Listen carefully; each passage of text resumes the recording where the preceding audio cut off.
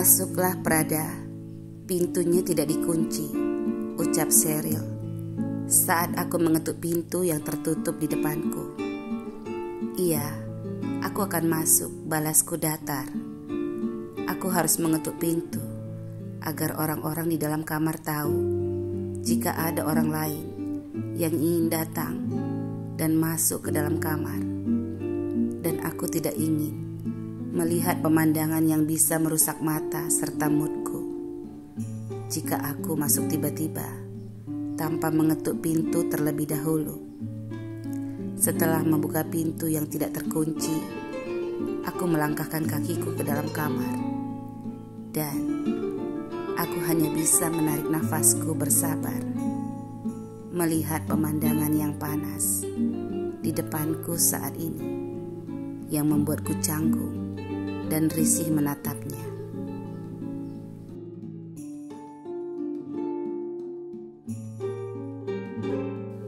Sheryl, dia memakai gaun tidur berwarna hitam dan tipis, bagian penutup dada berenda tipis, serta segitiga berenda di balik gaunnya terlihat jelas dan menggoda karena gaunnya sangat tipis dan juga tembus pandang. Sedangkan Osmond, dia hanya memakai celana panjang dan dadanya terbuka tanpa bajunya. Ada apa memanggilku? Ucapku kaku memandang ke arah Osmond. Osmond tiba-tiba bergegas ke meja, lalu meraih sebuah map. Prada, ini hasil rapat kerja sama bisnis dengan perusahaan yang ingin bergabung dengan PT SK Industri. Kamu pelajari dan pahami baik-baik. Besok dalam rapat pemegang saham di perusahaan PT SK, kamu harus bisa memberikan alasan yang tepat kepada para pemegang saham lainnya jika kamu menerima atau menolak kerjasama ini nanti, ucapnya datar, lalu memberikan mapnya kepadaku.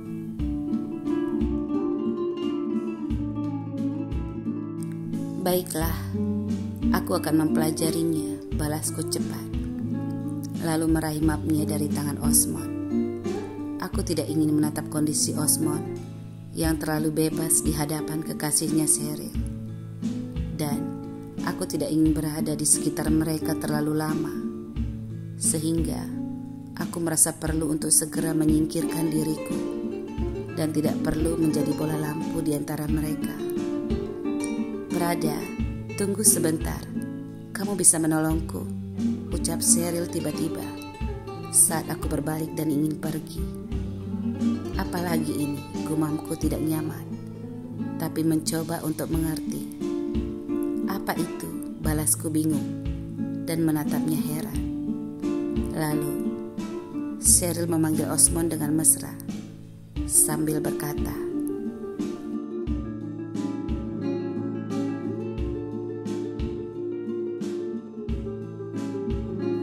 "Sayang, tolong berikan ponselku kepada Prada dan mari kita berfoto untuk mengabadikan hari jadimu malam ini.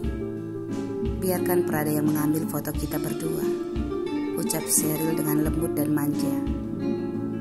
Aku berdiri terpaku mendengar permintaannya. Haruskah? Pikirku tidak nyaman. Tapi Osmond sudah memberikan ponsel Sheryl kepadaku, sehingga mau tidak mau aku menerimanya. Dan kemudian mereka berpose dengan mesra sekali di atas tempat tidur. Mereka tidak canggung melakukan berbagai gaya mesra di saat aku memfotonya. Dan suara Sheryl yang centil dan manja selalu memerintahkanku untuk mengambil foto di setiap gaya yang mereka tampilkan.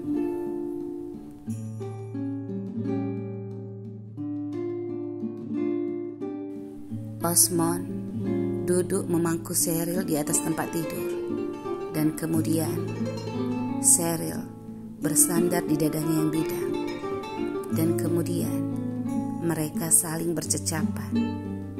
Lalu kemudian Sheryl meletakkan tangan kekar Osmond di pahanya yang putih mulus, dan keduanya saling bertatapan dengan mesra. "Sayang, gaya apa lagi yang kita lakukan ya?" Kekeh Cheryl tertawa senang dan bahagia. Sementara Osmond seperti tengah berpikir, apa mereka tidak menghargaiku? Atau keduanya senang memamerkan kemesraannya? Atau mereka mengira aku adalah pelayan yang seenaknya saja mereka suruh-suruh? Gumamku mulai tidak senang. Lalu, "Maaf Cheryl, Osmond, aku ingin beristirahat dan aku sudah memenuhi keinginan kalian. Jadi, jika kalian mau berfoto lebih banyak lagi,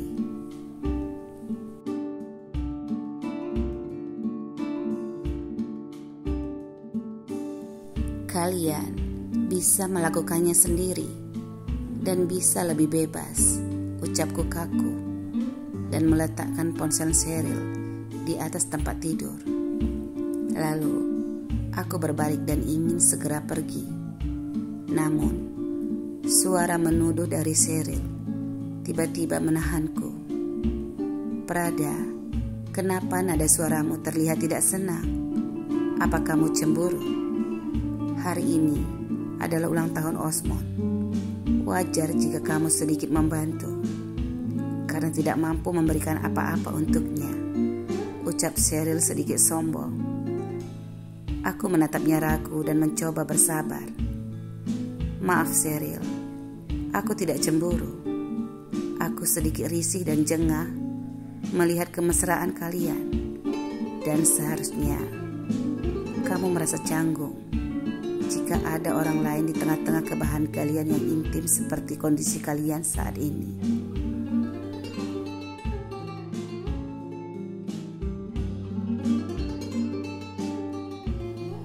Dan soal tidak mampu memberikan apa-apa kepada Osmond, kamu harus ingat bahwa aku tidak memiliki hubungan dengannya.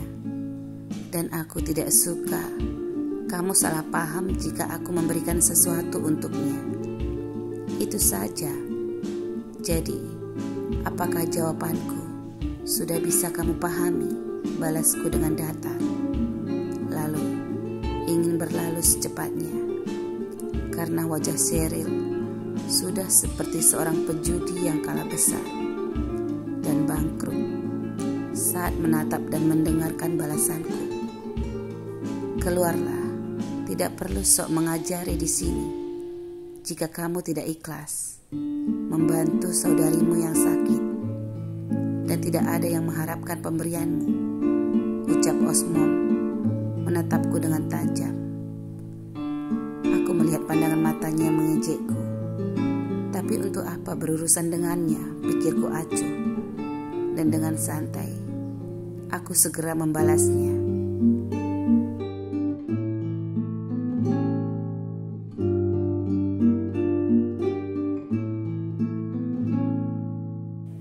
"Baiklah, aku harus pergi. Harusnya kamu sadar, aku tidak memulai perdebatan ini. Jadi jangan asal menuduh, merasa benar sendiri," balasku datar dan bergegas. Tapi tiba-tiba suara keras Osmond terdengar membentakku. "Pelajari dengan benar berkas-berkas kerjasama itu. Jangan sampai aku mendengar jawaban yang memalukan dari mulutmu di meeting pemegang saham nanti. Dan semoga kamu berani mengeluarkan jawabanmu seperti yang kamu lakukan sekarang. Jangan karena selembar surat warisan kamu merasa jago dan lebih benar saat ini. Dan ingat statusmu yang asli," sindir Osmond dengan tajam.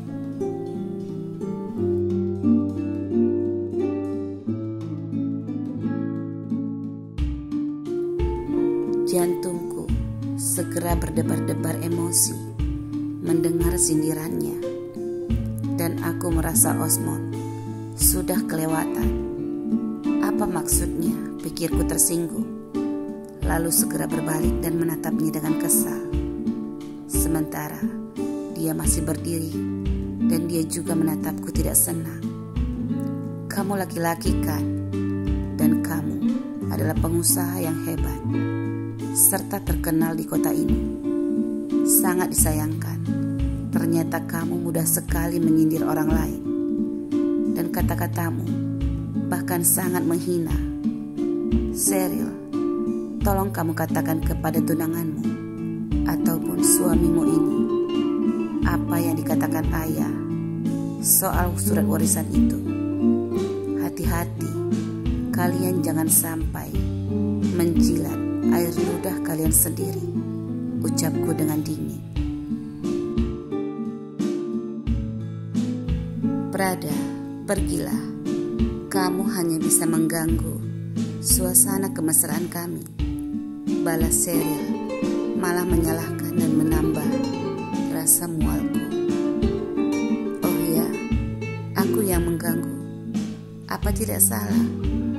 Siapa yang memanggilku kemari? Dan siapa yang membahas masalah pekerjaan di luar jam kantor? Anda, Pak Osmond, ingat dengan benar yang kukatakan saat ini. Dan Anda tidak perlu berpura-pura jika tidak tahu sebelumnya, ucapku menatapnya aneh. Jika bukan karena nenek Chloe, aku sudah angkat kaki dari rumah ini. Dan sekarang, soal harta warisan, dengar Pak Osmond, kamu tidak tahu atau berpura-pura lupa ingatan jika posisi itu akan diberikan untukmu setelah nenek meninggalkan dunia ini nanti. Apakah ayah tidak mengatakan kepadamu jika aku hanya penjaga asetnya sementara? Ucapku menjelaskan agar dia tahu.